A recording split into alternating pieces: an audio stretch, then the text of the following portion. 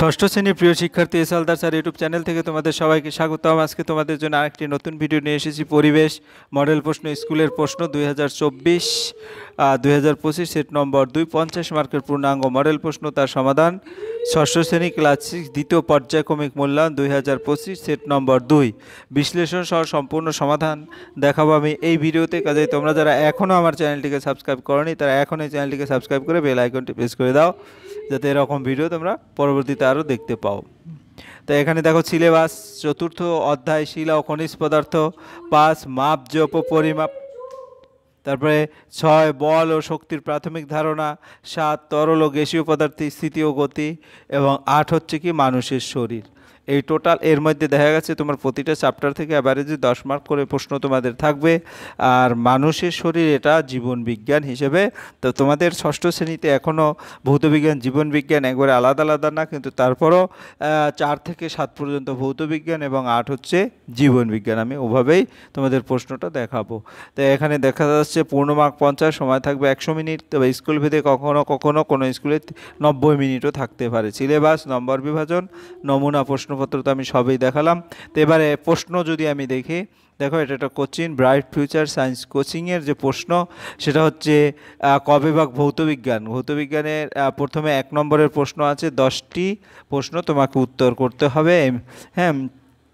আর 2 নম্বরে আছে শূন্যস্থান পূরণ 5টি, 3 নম্বরে আছে এক কথায় প্রকাশ, 4 নম্বরে আছে প্রশ্নগুলোর উত্তর দেবে 2 মার্কের, 5 নম্বরে 4 মার্কের একটি প্রশ্ন, এবং 6 নম্বরে আছে বাম স্তম্ভের সাথে ডান স্তম্ভ মিল করো। আর খ বিভাগ জীবন বিজ্ঞানে আছে সঠিক উত্তরটি নির্বাচন করুন, শূন্যস্থান পূরণ, এক কথায় উত্তর, এবং 4 নম্বরে হচ্ছে একটা বড় প্রশ্ন যেটা তোমার 2 মার্কের প্রশ্ন থাকবে, সেখান থেকে উত্তর দিতে হবে। যাই হোক, আমরা সরাসরি চলে যাব উত্তর পর্ব।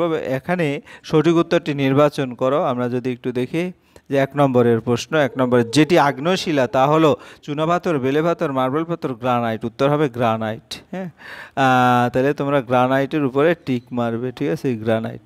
তারপরে তামার আকরিক হলো, তামার আকরিক মূলত কি কপার গ্লান্স। কপার গ্লান্স হচ্ছে এই যে তোমার এইটা, হ্যাঁ কই এই যে তোমার এই যেটা। তারপরের প্রশ্ন, হ্যাঁ তরল সোনা কাকে তরল সোনা বলে? পেট্রোলিয়ামকে তরল সোনা বলে, তাহলে পেট্রোলিয়ামের উপরে টিক মারবে। এরপরের প্রশ্ন, এসআই পদ্ধতিতে ভরের একক, 1-4। এসআই পদ্ধতিতে ভরের একক হচ্ছে কিলোগ্রাম, কিলোগ্রামের উপর টিক মারবে। তারপরে হচ্ছে পদার্থ কোন শৃঙ্খলটি ঠিক? এটা এ নম্বরের যে শৃঙ্খল, ঘাস খায় কে? গঙ্গা ফড়িং। আবার গঙ্গা ফড়িংকে খায় ব্যাং, ব্যাংকে খায় সাপ, সাপকে খায় বেজি, ঠিক আছে। এরপরের প্রশ্ন, একটি দ্বিতীয় শ্রেণীর খাদক হলো, দ্বিতীয় শ্রেণীর খাদক কি? বাঘ। তাই দ্বিতীয় শ্রেণীর খাদক হচ্ছে বাঘ, বাঘের উপরে টিক মারবে। 1-6। 1-7 নম্বরের প্রশ্ন হচ্ছে কোনো বস্তুর কাজ করার সামর্থ্যকে বলা হয় কি? কোনো বস্তুর কাজ করার সামর্থ্যকে বলা হয় শক্তি, অর্থাৎ উত্তর হবে শক্তি। তারপর তরলের চাপ নির্ভর করে, তরলের চাপ নির্ভর করে তরলের গভীরতার উপরে, এই যে তরলের গভীরতার উপরে। তারপরে 9 নম্বরের প্রশ্ন, এরোপ্লেন যে নীতির উপর ভিত্তি করে চলে সেটা হচ্ছে বার্নৌলির নীতি, অর্থাৎ 1 নম্বরের উত্তর হবে বার্নৌলির নীতি। এরপরে 1-10 প্রমাণ বায়ুমণ্ডলীয় চাপের মান, হ্যাঁ 76 সেন্টিমিটার পাদস্তম্ভ। তারপর তোমরা এখানে এভাবে উত্তর দিয়ে দেবে। যাই হোক, 1 নম্বরের প্রশ্ন ভালোভাবে দেখলে এবার আমরা সরাসরি চলে যাব 2 নম্বরের প্রশ্ন, শূন্যস্থান পূরণ। এখানে 6টি প্রশ্ন আছে, এখান থেকে 5টি প্রশ্ন উত্তর দিতে হবে। প্রথম প্রশ্ন, হ্যাঁ স্প্রিং তুলার সাহায্যে বস্তুর ড্যাশ মাপা হয় কি? ওজন মাপা হয়। এরপরে 2 নম্বর, বল সমান চাপ গুণন ড্যাশ ক্ষেত্রফল। তারপরে 3 নম্বর, নির্দিষ্ট তরল ও গ্যাসের স্তম্ভের চাপ তরলের উচ্চতার সঙ্গে সমানুপাতিক হয়। তারপরে অর্থাৎ চাপ বাড়লে উচ্চতা বাড়ে, ঠিক আছে, উচ্চতা বাড়লে চাপ বাড়বে। হ্যাঁ, অণু পরমাণুর পরিমাণ ড্যাশ এককে প্রকাশ করা হয়, মোল এককে প্রকাশ করা হয়। তারপরে 2-5, নিজের খাদ্য নিজেই উৎপাদন করে কে? উৎপাদক।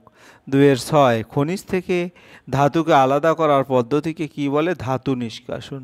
আশা করি প্রশ্নগুলির উত্তর বুঝতে পেরেছো। এবারে সরাসরি চলে যাব 3 নম্বরের প্রশ্ন। 10টি প্রশ্নের উত্তর এখানে আছে, 10টি প্রশ্নের উত্তরই দিতে হবে।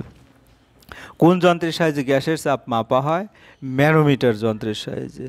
তারপরে কলকাতা ও দার্জিলিংয়ের মধ্যে কোথায় বায়ুর চাপ কম হবে? দার্জিলিংয়ে বায়ুর চাপ কম হবে। সিএনজির মূল উপাদানের নাম কি? মিথেন। তারপরে ম্যাগমা কাকে বলে? হ্যাঁ, ভূপৃষ্ঠের অভ্যন্তরে থাকা গলিত শিলাকেই ম্যাগমা বলে। তারপরে উদ্ভিদের বৃদ্ধি পরিমাপক যন্ত্রের নাম কি? আর্ক, অক্সানোমিটার। তড়িৎ প্রবাহের এসআই একক কি? এম্পিয়ার। বৃদ্ধির হার বলতে কি বোঝায়? একক সময় বৃদ্ধির পরিমাণকে বৃদ্ধির হার বলে। বৃদ্ধির হার সমান বৃদ্ধি ডিভাইডেড সময়। অভিকর্ষ বল বলতে কি বুঝো? প্রতিটি বস্তুকে পৃথিবী তার নিজের কেন্দ্রের দিকে টানে, এই টানকে অভিকর্ষ বল বলে। তারপরে দুটি সর্বরূপ প্রাণীর উদাহরণ দাও, মানুষ ও কাক। তারপরে চাপের সংজ্ঞা দাও। একক ক্ষেত্রফলের উপর প্রযুক্ত বলকেই চাপ বলে।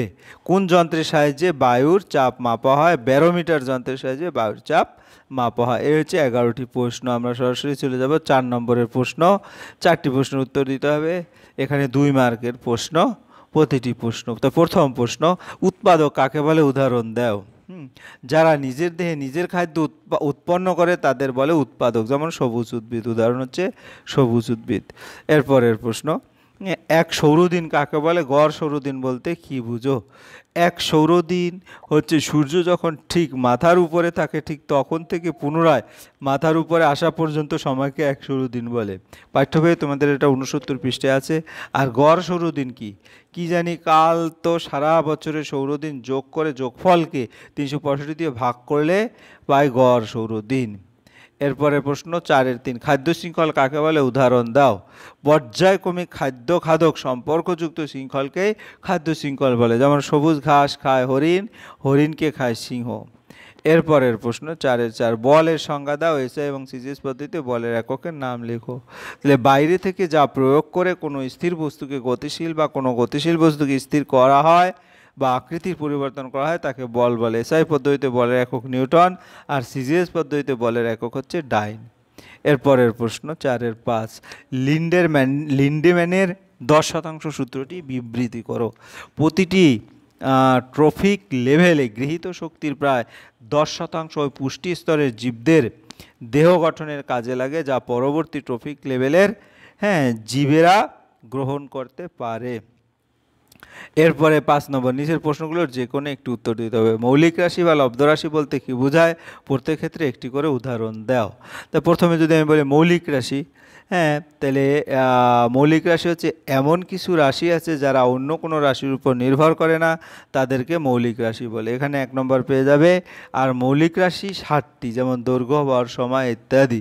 এরপরে লব্ধ রাশি, লব্ধ রাশির সংজ্ঞা 1 পাবে, উদাহরণ 1 পাবে। এমন কিছু রাশি আছে যাদের একাধিক মৌলিক রাশি নিয়ে তৈরি করা হয়, তাদেরকে লব্ধ রাশি বলে। যেমন ক্ষেত্রফল, ঘনত্ব, আয়তন, বেগ ইত্যাদি।